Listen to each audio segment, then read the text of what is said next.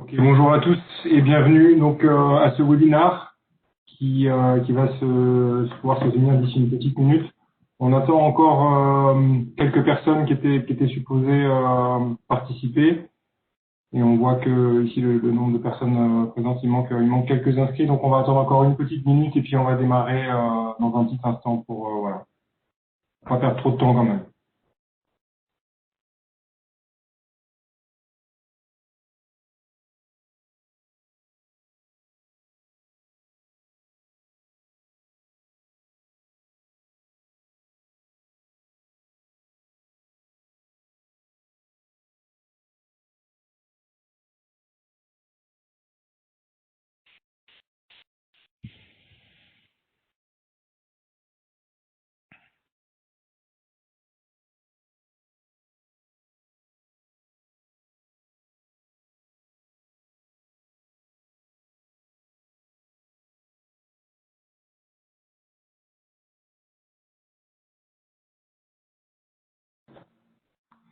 Ok, on va y aller. Donc bonjour à tous, bienvenue à ce webinaire donc organisé par Orange Belgium qui aujourd'hui va être vraiment visé à vous apporter de l'information et du contenu sur la façon dont vous pourriez protéger vos employés, donc les employés qui sont partie intégrante de votre organisation pour renforcer votre niveau de résilience en termes de cybersécurité.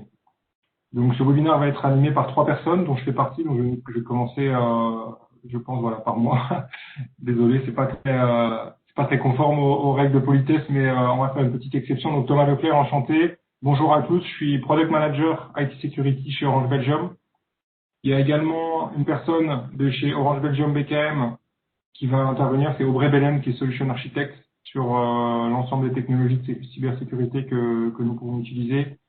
Et également Philippe Verbeek, donc qui représente notre partenaire technologique, à savoir Kaspersky, ici, et qui est Enterprise Account Manager pour le Benelux chez Kaspersky, et qui interviendra aussi au cours de cette présentation. Donc bonjour à tous, et bonjour à nos speakers, bienvenue à ce webinaire organisé par Orange Belgique. Alors pour rentrer rapidement dans le sujet, on va partager globalement l'agenda de ce webinaire. Ça va bien sûr commencer par un contexte.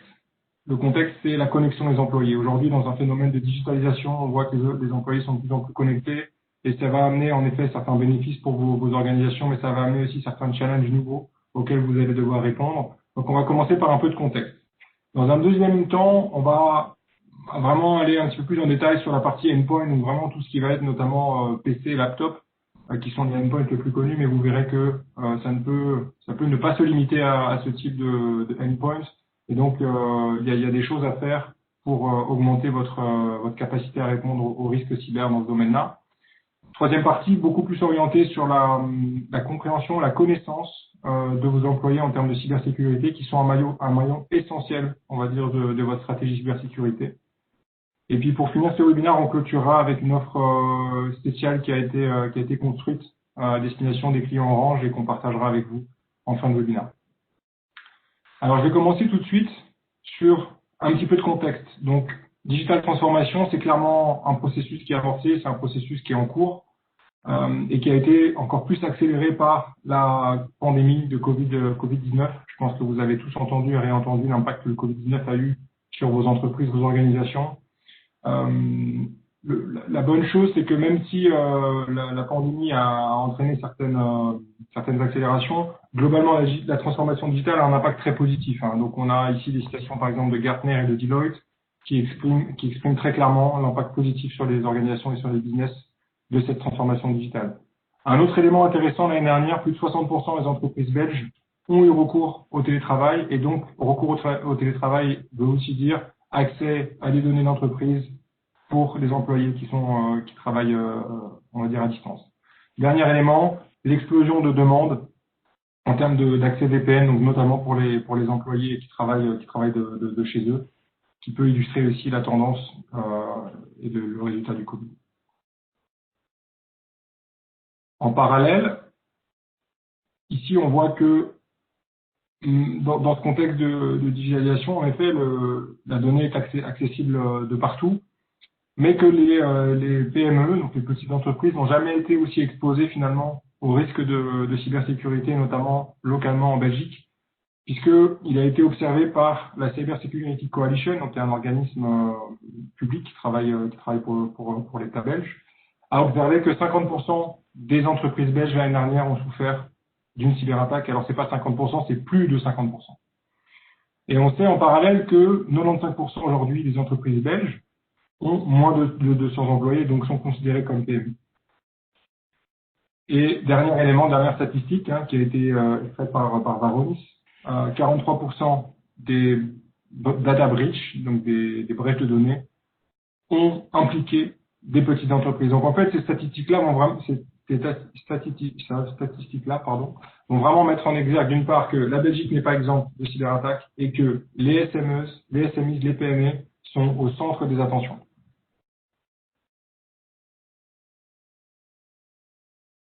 Donc le focus de la présentation qui va être faite aujourd'hui, d'une part, va vraiment être très orienté autour des employés, comme vous l'avez compris, la protection de leur endpoint et leur compréhension du risque cyber. Cette présentation va vraiment capitaliser aussi sur toute l'expertise et le savoir-faire qui est détenu par le groupe Orange, notamment via la filiale BKM, qui est un intégrateur ICT et qui a un certain nombre d'années d'expérience dans le domaine de la cybersécurité. Et également un partenaire technologique qui fait partie des leaders de l'industrie, à savoir Kaspersky, qui est aussi aujourd'hui dans l'écosystème de cybersécurité d'Orange en Belgique. Dernier élément d'introduction ici par rapport à l'impact que le Covid a pu avoir sur l'exposition de vos employés face à la menace cyber. D'une part, ce qu'il faut savoir, c'est que 90% des malwares aujourd'hui sont transmis par email. Donc, c'est-à-dire que votre employé est clairement l'interface idéale pour un hacker qui va vouloir transmettre, on va dire, un logiciel malveillant au sein de votre organisation. Si on regarde maintenant un petit peu la timeline qui est liée au Covid l'année dernière, on voit le nombre d'attaques qui ont ciblé les Remote Access Protocols, donc les protocoles qui visent justement à donner l'accès aux employés qui travaillent de la maison, par exemple, aux données d'entreprise. On voit qu'à partir de début mars, mi-mars, il y a clairement eu une explosion de ce type d'attaque. On voit également sur le deuxième graphique ici, qui est un graphique développé par un partenaire aussi d'Orange, que début d'année dernière, on a vu une explosion du nombre d'attaques qui sont liées aux mots-clés coronavirus, Covid-19, etc. C'est soit des sites internet qui ont été créés avec des backlinks corrompus, soit des emails qui contiennent, on va dire, un certain nombre de mots-clés pour attirer l'attention du lecteur, soit des pièces jointes du type un fichier PDF, etc., qui peuvent aussi être corrompus. Mais ce qui a été très clairement identifié, c'est que les hackers se sont servis de la tendance du corona pour, on va dire, démultiplier leur tentative d'attaque. Et donc là, on va commencer tout de suite avec Aubrey qui va pouvoir nous expliquer un petit peu plus en détail quel est le rôle aujourd'hui des endpoints dans une stratégie de cybersécurité, en quoi ces endpoints sont un maillon critique dans la mise en place d'une stratégie de protection. Aubrey, the floor is yours. Merci Thomas. Alors, maintenant on parle plutôt à notre endpoint. Notre utilisateur, il dépend vraiment à leur appareil pour faire leur travail. Ils ont besoin de leur laptop pour accéder leur application, tous les data de société, faire une connexion avec VPN à distance pour accéder certains fichiers ou utiliser certaines applications. Mais il y a un certain risque parce qu'il peut utiliser aussi le même appareil pour visiter des sites dangereux, pour ouvrir leur mail privé et on a un risque pour infecter la machine. Et avec une connexion VPN, ça ouvre la porte pour les attaqueurs pour accéder le réseau d'une autre société. Ça veut dire que c'est très difficile pour notre équipe d'IT pour protéger et faire du monitoring à tous les appareils quand ils se trouvent à la maison et à distance. On voit aussi aujourd'hui une protection avec un antivirus standard. C'est pas toujours suffisant pour se protéger vers des attaques plus avancées et de nouveaux types, par exemple, de ransomware. On peut classifier les types de malware entre 3 couches. La majorité sont qu'on s'appelle commodity threats, ça veut dire tous les virus, les malwares et ransomware qui sont déjà connus.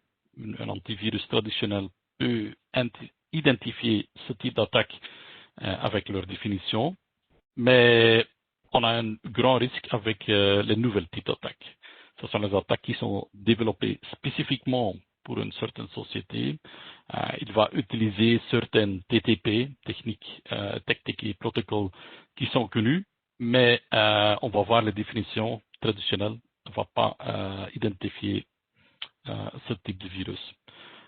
Il y a aussi une petite partie d'attaques très sophistiquées qui sont targetées vers les très grandes entreprises. Encore un problème, c'est le ransomware. On voit toujours chaque année une increase au nombre du niveau ou le nombre des attaques avec ransomware, mais aussi ils sont plus sophistiqués. On voit les attaqueurs vont utiliser de nouvelles techniques et targeter certaines sociétés pour déployer des ransomware. Et le risque n'est pas petit, ou les conséquences. On ne va pas seulement perdre des argent, mais ça va impacter aussi la réputation d'une société et ça prendra beaucoup de temps et de ressources pour résoudre une attaque avec un ransomware. Pour se protéger, et je retourne vers les trois couches, toutes les sociétés et aussi la PME ont besoin d'une vraiment fort foundation. Ça veut dire un antivirus paquet qui va protéger pour les commodity threats, qui peut aussi détecter certains nouveaux types d'attaques, aussi les attaques sans fichier, par exemple, les attaques avec scripting et PowerShell. On s'appelle ça un fileless attack. Et pour les attaques plus avancées, on doit faire le focus sur détection. On sait qu'aujourd'hui, c'est pas possible pour prévenir toutes les attaques, mais si on sont infectés, on peut faire faire la connaissance et voir si on voit des activités dangereuses dans notre réseau. Pour les attaques très avancées, ça dépend une approche très sophistiquée par utiliser par exemple un SOC. Mais c'est la maturité dans une société au niveau de sécurité qui va définir quel outil on peut utiliser. Et qu'est-ce qu'on veut faire aujourd'hui? C'est de pas seulement construire une foundation, mais aussi apprendre certaines tools de détection et mettre ça aussi dans un réseau pour la PME. Ça va inclure la possibilité de réagir à une infection. Parce qu'avec un antivirus paquet traditionnel, ça manque les tooling ou les possibilités de remédier certaines infections ou faire une action, par exemple, si on voit une infection avec un ransomware. Il y a un outil qui peut aider nous avec ça, c'est EDR. Ça veut dire Endpoint Detection and Response. Et c'est un tooling souvent combiné avec un antivirus. Et on va l'installer dans les endpoints, pas seulement les workstations, mais aussi les serveurs de réseau ou dans le data center. Et ça va nous aider avec la détection. Ça veut dire on peut investiguer plus facile si on voit une attaque et trouver la source ou la cause de l'attaque.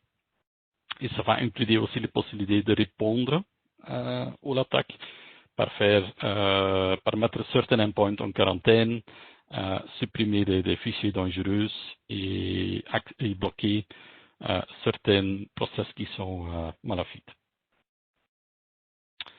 Au niveau des IT Security Maturity, on voit en général trois types des équipes dans la IT. Le premier, c'est l'équipe très petite. C'est souvent une ou quelques personnes qui fait une combinaison entre IT et aussi le IT Security. Ils n'ont pas des expériences vraiment spécialisées au security. Ils ont une base avec un antivirus, une protection des emails, un firewall, mais pas des autres outils avancés. On voit aussi un deuxième type qui ont certaines personnes qui sont responsables pour la sécurité. Ils ont défini une stratégie. Ils utilisent des outils supplémentaires pour faire la sécurité, mais pas vraiment une grande expertise ou spécialisée au niveau de sécurité. Le troisième, ce sont les grands teams de sécurité ou Security Operations Center. Ça veut dire ils ont les ressources pour faire du monitoring 24/7. Ils utilisent un SIEM, de Threat Intelligence, un tool de EDR. Ils font beaucoup automation et incident response et ils ont une vraiment grande expertise. Qu'est-ce qu'on veut faire aujourd'hui? C'est de mettre certains utiles, et les deux sont EDR et Automation. On va essayer de mettre cette fonctionnalité aussi vers les PME. Ça va te donner la possibilité de réagir plus facile et plus rapide s'il y a un certain incident. On peut le faire avec une suite Kaspersky et on va le gérer tout avec le Kaspersky Security Center. Ça, c'est le console central pour manager tout.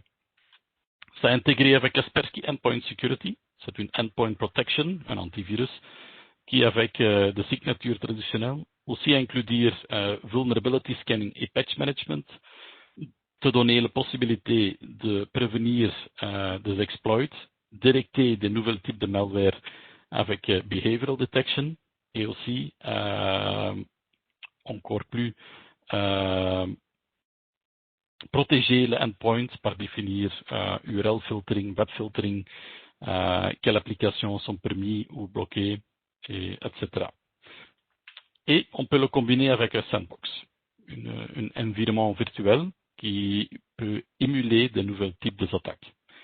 Et pour les fonctionnalités de EDR, on a une EDR Optimum, c'est vraiment un EDR Lite qui est facile pour utiliser aussi dans la PME.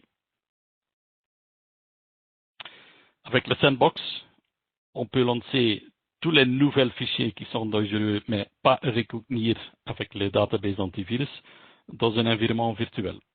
Tout ce qui est automatique, il va le lancer, émuler, détecter les actions qui sont dangereuses, générer une IOC, Indicator of Compromise, et propager cette information dans le réseau. Ça veut dire si on fait une direction, toutes les autres machines dans le réseau sont protégées à ce moment. Et on peut le combiner avec le EDR. Ça veut dire on a beaucoup d'automatisation. On n'a pas besoin des expertises parce que tous les outils sont faciles et automatiques pour utiliser. Et ça va aussi protéger notre réseau vers de nouveaux types d'attaques. Ça veut dire des targeted attacks, nouveaux types de ransomware et des zero-day exploits. On va présenter certaines actions vers notre administrateur. Par exemple, on peut mettre certaines machines en quarantaine. On peut lancer des scans avec toutes les informations qu'on a générées avec le sandbox et mettre certains fichiers qui sont dangereux aussi en quarantaine. Avec le tooling de EDR, on va faire le focus vers l'investigation. Si on détecte une nouvelle attaque, on peut trouver la source et aussi les actions le malware a fait.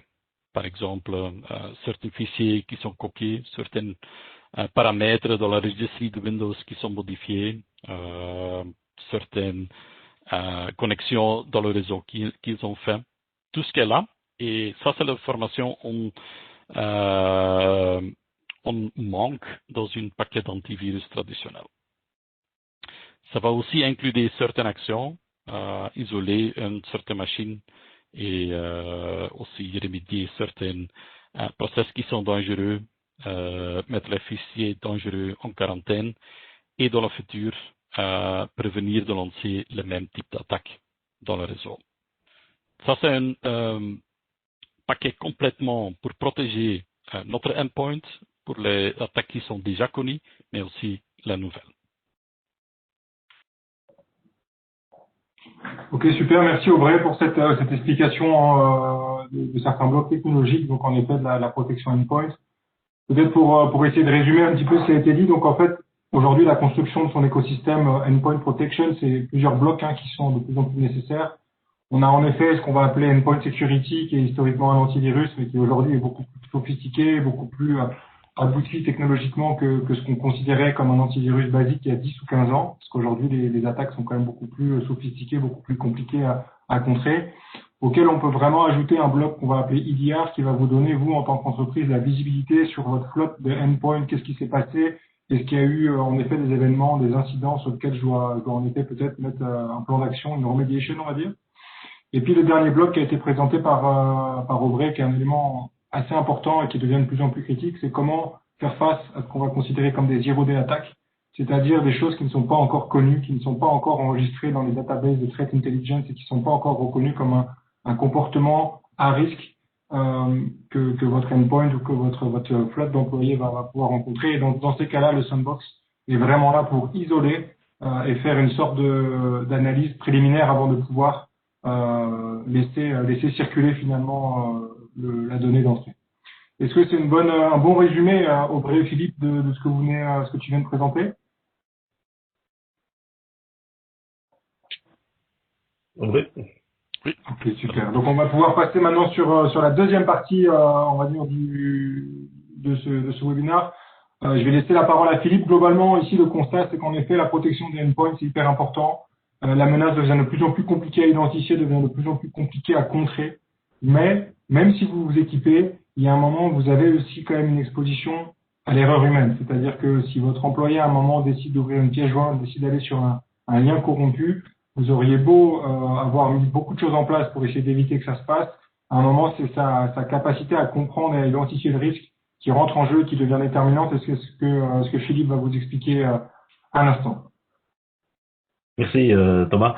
Bienvenue à tous. Et en effet, donc plus de 80% des attaques qui ont eu lieu, même les plus grandes attaques qui ont fait des dégâts très très historiques, il y a plusieurs cas, ont toujours commencé par un lien sur lequel, par mégarde, un employé a cliqué, avec des effets dévastateurs pour l'organisation et avec des pertes financières énormes. L'idée, c'est que en fait, votre employé constitue la dernière ligne de défense de votre organisation. Et de ce fait, à partir du moment où vous avez des employés en fait qui sont informés et qui prennent le bon réflexe, vous pouvez réduire sensiblement le risque d'une attaque, ce qu'on appelle à ce moment-là, qui peut être généré avec succès. Alors, petite intro très rapide sur Kaspersky. En fait, niveau mondial, nous sommes plus de 4000 personnes. Sur le slide, ici, vous voyez au milieu Eugene Kaspersky, qui a démarré la société il y a une bonne vingtaine d'années. Sur la gauche et à droite, vous voyez des membres en fait ce qu'on appelle du Global Research Analysis Team. C'est en fait une équipe de cyber-experts très très reconnue dans le monde cyber au niveau mondial, même par les grandes sociétés telles que Google, Apple et autres, pour leur expertise dans la recherche au niveau de ce qu'on appelle le malware très avancé, donc de cybermenaces très avancées. Et il se fait que nous par ce team, offront en fait ce qu'on appelle le support et l'expertise aux services de police, notamment comme Interpol et Europol, pour combattre la cybercriminalité au niveau mondial et aider à ce qu'on appelle résoudre des affaires en termes de recherche et d'enquête sur des analyses en fait digitales que cette équipe fait. Alors, l'image de qualité de Kaspersky, c'est que depuis de nombreuses années, en fait, nous participons à beaucoup de tests indépendants. Donc, nous participons en fait systématiquement à un maximum de tests indépendants. L'idée ici derrière, c'est que ce gage de qualité, en fait, qu'il y a ce qu'on appelle une constance dans cette qualité de Kaspersky et qui est en fait étalée sur plusieurs années. Et donc systématiquement en fait nous publions les résultats des analyses qui sont faites par les bureaux indépendants et qui en fait sont ce qu'on appelle une marque véritablement positive pour les gens qui utilisent le système antivirus de Kaspersky, mais ce que nous utilisons également cette technologie, notamment dans les parties Endpoint Detection Response, avec l'aide des experts que j'ai précités. Alors ici, il y a une petite vidéo introduction de comment un cas de social engineering peut se venir en quelques secondes et avoir des conséquences très importantes, notamment par exemple pour une organisation comme la vôtre.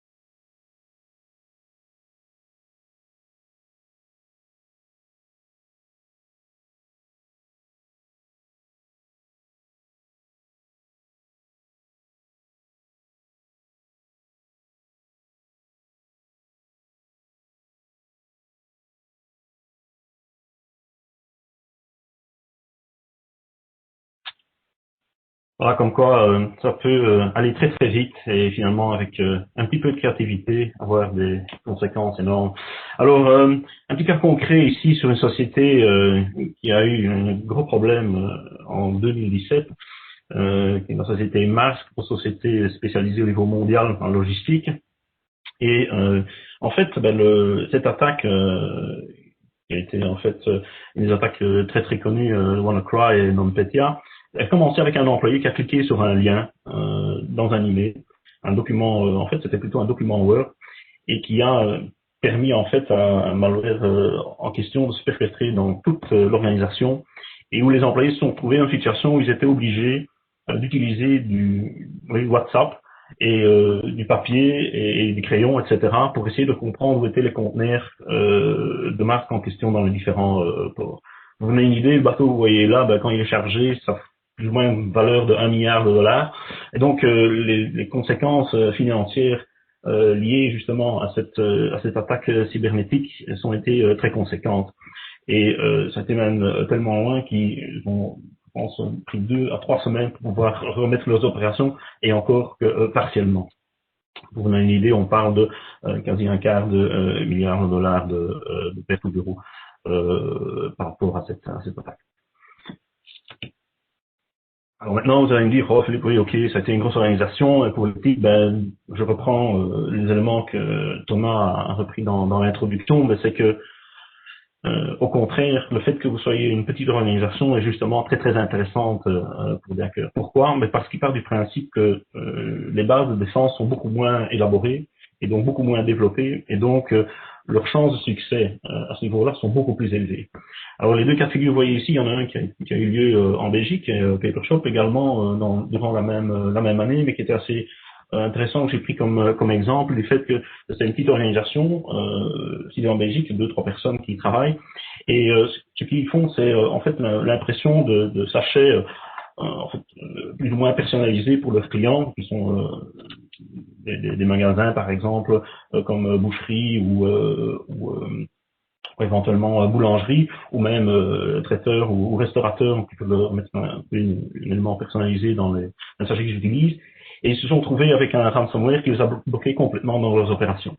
Et donc, heureusement, ils avaient un système de backup, mais malgré tout, qui a été bloqué du fait que toutes leurs opérations étaient interrompues. Et cela a quand même coûté plusieurs jours pour pouvoir se remettre de cela. Donc, l'impact, je dirais, opérationnel et financier dans ce type de cas de figure, on parle de ransomware, il est immédiat. Et si vous n'avez pas pris les bonnes dispositions en termes de sécurité et de backup, à ce moment-là, ça peut avoir des effets, ce qu'on appelle beaucoup plus néfastes, tant au niveau opérationnel que financier. Sur l'exemple à gauche, là on parle d'une société en fait qui est active dans l'élevage de volailles, et où là c'est un cas similaire, mais dans le sens où c'était une des personnes, un des gestionnaires qui a reçu en fait un email attachment d'un PDF qui avait été soi-disant envoyé par une grande société télécom, et comme ça paraissait être un document tout à fait acceptable et véridique, l'employé en question a cliqué dessus, la PDF à l'intérieur, il y avait une exécution qui s'est faite, et là aussi ils se sont trouvés en fait avec toute leur infrastructure informatique complètement bloquée. Maintenant il faut savoir, quand vous avez ce type d'activité, il y a des aspects non seulement de gestion journalière pour pouvoir faire ce qu'on appelle le retraçage de la partie opérationnelle, en tant que de savoir quelles sont les données en termes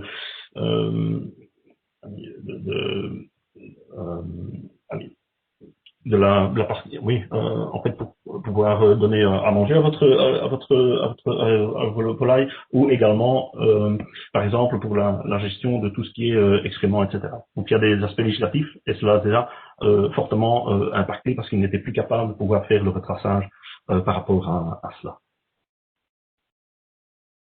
Alors, en question, pour continuer sur le fait, on parlait de 2017, l'année passée, il y a eu une même évolution encore beaucoup plus avancée sur la fréquence et l'intensité des attaques. Il faut savoir que rien que pour la partie ransomware, on parle au niveau mondial, en 2020, une perte économique totale de plus de 20 milliards de dollars qui a été perdue. Donc, suite à des actions de ransomware, ce qu'on appelle des pertes directes et indirectes.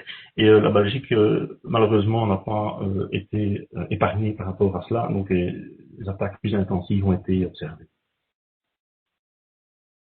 Alors, le type d'exemple que j'ai cité précédemment, c'est des sociétés qui avaient déjà, d'une manière ou d'une autre, quelque part, avaient des systèmes antivirus ou des systèmes de protection en place, avaient déjà quelque part aussi fait une action de sensibilisation vis-à-vis de leurs employés, mais malgré tout, ont pu continuer à se faire. Et donc là, en fait, malgré le fait qu'il y avait un programme en place, il y a eu quand même une attaque qui a pu être faite. Et ici, vous voyez en fait, disons, différents types de domaines d'activité et les impacts financiers qu'ils peuvent comporter pour une organisation.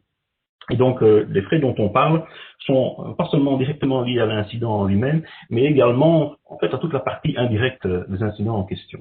Et donc, ça peut être la perte de chiffre d'affaires, ça peut être la perte de potentiels clients au niveau de l'image d'organisation, ça peut être la perte au niveau de la partie recouvrement, etc. Parce que c'est pas parce que vous avez un incident qui a été résolu que nécessairement pour cela, l'entièreté de l'incident est résolue à plus long terme. C'est pas toujours le cas, au contraire. Alors, quelle est l'approche de Kaspersky par rapport à la sensibilisation de cybersécurité? Et en fait, nous axons sur trois éléments principaux, c'est-à-dire la facilité d'utilisation, la mise en place d'une plateforme, ça peut être à partir d'une approche positive et également une facilité d'utilisation. Maintenant, pour y arriver, en fait, on va, je dirais, partir sur un principe de comment est-ce que les cybercriminels regardent une organisation, c'est-à-dire que ils vont faire comprendre à un employé, tiens, ben voilà, c'est pas tellement en fait une société qu'on va viser, c'est véritablement qu'est-ce qu'on peut exploiter d'informations d'un certain employé que nous pouvons utiliser à notre avantage, sur lequel nous savons que la probabilité que l'employé en question va cliquer par exemple sur un lien d'une annonce très intéressante ou d'une action qui est faite, etc. Ou sur l'actualité, on a vu une explosion par exemple de tentatives par rapport à la partie Covid-19 et la possibilité, par exemple, d'avoir des vaccins, etc., etc. Ou alors également aussi, on va apprendre à un employé de faire la distinction entre ce qui est un comportement, je dirais, sûr ou non sûr, ou également quand par exemple un employé a fait une erreur, au lieu d'avoir un message négatif et dire ah il faut pas faire ça, on va plutôt avoir ce qu'on appelle une approche positive, c'est-à-dire ah c'est pas tout à fait la bonne réaction, mais si joint la possibilité d'éviter cette initiation. Et c'est comme ça que nous allons travailler en fait sur le comportement et le changement de comportement à long terme des employés. Alors comment est-ce qu'est constitué les différents éléments de la plateforme en question? Et en fait, nous partons sur 8 domaines de compétences, ce qu'on appelle cœur. C'est-à-dire que, vous voyez ici en bas, ça peut être par exemple la gestion de mot de passe, ou ça peut être le social engineering, ou comment utiliser un équipement mobile. Alors, en fonction, je dirais, de la criticalité d'un employé, c'est-à-dire que, par exemple, une personne qui est directeur financier ou qui est responsable de la société a un autre degré de danger par rapport à la cybersécurité que, par exemple, la personne qui est dans le service administratif ou qui est dans le service vente. Mais en partant de cette même base, vous vous assurez que tout le monde, en fait, part sur ces mêmes principes, ces mêmes éléments, et au fur et à mesure, en fait, que le programme évolue, au plus la complexité, je dirais, des trainings augmente, et au plus la complexité aussi des demandes augmente, comme il se passe dans le monde réel. Alors, au fil du temps, on va remarquer une évolution par rapport à cela. Ça, je vais revenir là-dessus un petit peu plus tard. Alors, la plateforme en elle-même, en fait, elle a été mise en place ou conçue avec la philosophie suivante, c'est que nous avons remarqué que mettre en place un programme de sensibilisation à la cybersécurité des employés entraînait très souvent qu'il fallait avoir une personne dédiée pour le faire, donc demander beaucoup de temps, beaucoup d'énergie, et n'est pas toujours évident à faire. Alors, le fait de pouvoir simplement dire, ok, ben voilà, je vais mettre en place 2, 3 ou 4 comptes en question que vous pouvez faire librement, voire plus si vous avez plus d'employés. Alors à ce moment-là, vous pouvez les mettre dans ce qu'on appelle en fonction du degré de, je dirais, de criticalité par rapport au danger à la cybersécurité, les mettre dans ce qu'on appelle, ou leur attribuer un profil de risque spécifique. Derrière, il y aura automatiquement en fait un programme qui va être découvert. Alors, la mise en place de ce type de programme, c'est pas quelque chose que vous dites, ok, voilà, on va mettre en place un programme de sensibilisation vis-à-vis de la cybersécurité de nos employés, et après ça, le travail est terminé. C'est un travail en fait de longue haleine. Pourquoi? Parce qu'il n'y a rien de plus difficile que de changer nos habitudes. Et l'élément à tenir en compte par rapport à cela, c'est d'avoir une bonne balance entre la fréquence et la durée des trainings en question qui sont proposés. Et nous avons remarqué que 5 à maximum 10 minutes par semaine est plus que suffisant, parce que vous voulez garder les gens motivés par rapport à ce type de programme. Et donc, en fonction forcément du degré qu'ils ont et en fonction du degré de criticalité dans lequel ils sont par rapport à l'entreprise, vous allez avoir différents programmes qui vont s'étaler. Alors, l'idée là derrière, c'est que, par exemple, quand une personne aussi dit, moi je connais déjà tout ça, je veux déjà passer au niveau suivant, eh bien, via la plateforme, elle peut directement passer à la phase test, et s'il réussit le test, elle peut passer au niveau suivant.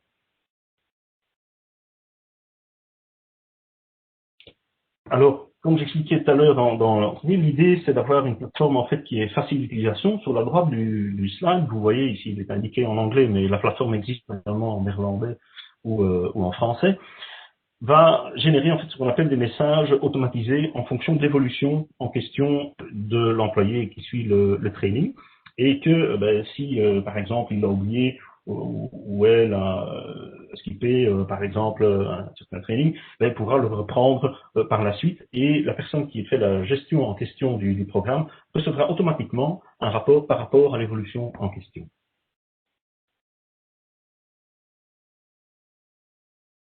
Alors, une dernière vidéo, ça c'est juste en fait ce qu'on appelle un résumé de la plateforme Kaspersky Automated Security Awareness Platform, sur laquelle je vais vous en monter quelques commentaires également.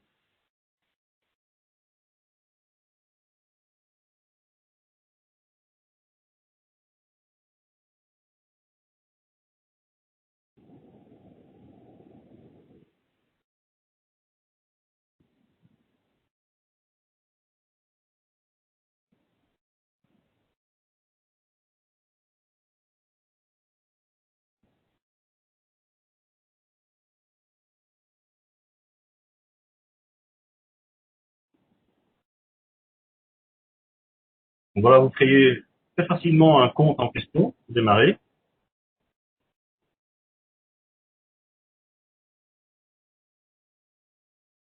Si vous allez étaler le profil risque qu'elle appartient à la personne ou les personnes en question, derrière automatiquement on va avoir le propre programme qui va être déroulé.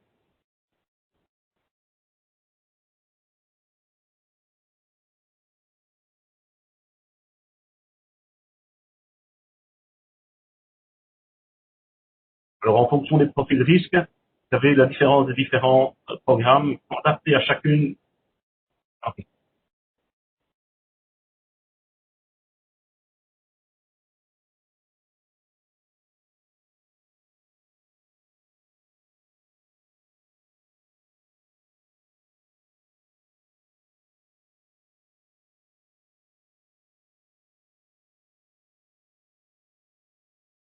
Il y a un suivi de reporting automatisé et le suivi de l'évolution continuelle des employés par rapport à la résilience, par rapport à la sécurité.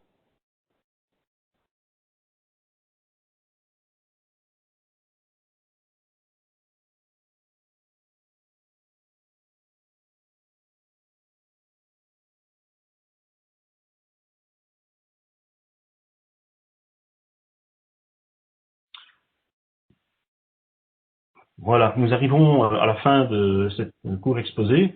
Si vous avez encore des questions par la suite, je vous invite à utiliser la partie chat et je serai content d'y répondre. Merci pour votre attention. Merci beaucoup Philippe, très clair. Donc en effet, ici c'est vraiment la combinaison entre d'une part être capable de protéger vos employés avec des technologies qui vont permettre de bloquer un certain nombre d'événements qui vont les cibler, mais d'autre part aussi développer leur compréhension et développer leur capacité de réaction en cas de rencontre avec une tentative de pénétration dans le réseau corporate ou tentative en tout cas malfaisante, dirons-nous. Pour clôturer cette présentation, je vais rapidement aussi vous communiquer une offre promotionnelle qu'on a mis en place ensemble avec Kaspersky. Donc vous l'avez compris hein, ici sur la partie à la fois protection des endpoints et la partie développement de la compréhension cyber de vos employés. On travaille avec un certain nombre de solutions sur lesquelles vous allez avoir des engagements qui peuvent varier entre 1, 2 ou 3 ans. Probablement, vous avez déjà des solutions en place sur certains de ces aspects. Peut-être que les solutions en place que vous avez actuellement ne traitent pas l'ensemble des éléments et l'ensemble des risques qui ont été présentés aujourd'hui. Dans ce cas-là, ce qu'on vous propose, ça a été aussi construit avec Kaspersky, c'est de pouvoir prendre en charge typiquement les mensualités restantes de vos abonnements ouverts. C'est-à-dire que si vous avez actuellement des solutions qui ne répondent pas pleinement aux risques qui ont été exposés aujourd'hui, que ce soit sur la partie endpoint, sur la partie awareness, et que vous souhaitez souscrire à une offre proposée par Orange et Kaspersky, dans ces cas-là, on se propose de compenser finalement la durée d'engagement restante avec donc du coup une date de démarrage de vos paiements, on va dire, envers la solution qu'on vous propose, qui sera différée sur la période, on va dire, qui reste à couvrir sur votre solution actuelle. Donc, si vous voulez en savoir plus et si vous voulez avancer avec nous dans la considération, on va dire un petit peu plus de construction de cette offre, n'hésitez pas à prendre contact avec vos account managers, que ce soit du côté Orange ou que ce soit du côté BKM Orange. Et nous serons disponibles pour venir un petit peu plus précisément discuter avec vous de vos challenges et voir dans quelle mesure des solutions technologiques de Kaspersky peuvent y répondre. Et donc pour ça, vous avez soit votre point de contact habituel, soit les adresses mail qui sont mentionnées ci-dessous, à savoir b2bsecurity@orange.be ou hello@bkm.be. Les deux canaux sont actifs, donc n'hésitez pas. Et voilà, on va pouvoir maintenant garder un petit peu de temps pour des questions éventuelles. Oui. Si vous avez des questions, posez-la dans le Q&A ou dans le chat, s'il vous plaît. Je pense qu'on en a déjà reçu une question de M. Razé. Concernant les sandbox, j'ai entendu que plus en plus de virus s'adaptent pour ne pas démarrer dans un environnement virtuel ou temps de latence. Quel est votre retour? C'est juste ce que tu dis, les attaqueurs vont essayer de redévelopper leur attaque et malware pour détecter un sandbox ou un environnement virtuel. Je pense qu'on doit adapter notre sandbox aussi. Ça veut dire adapter les techniques pour faire la détection et être sûr que c'est encore plus difficile pour un malware pour détecter que c'est lancé dans une sandbox.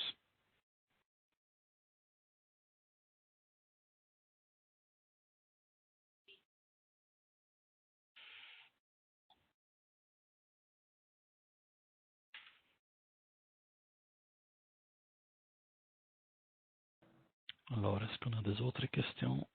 Pas déjà.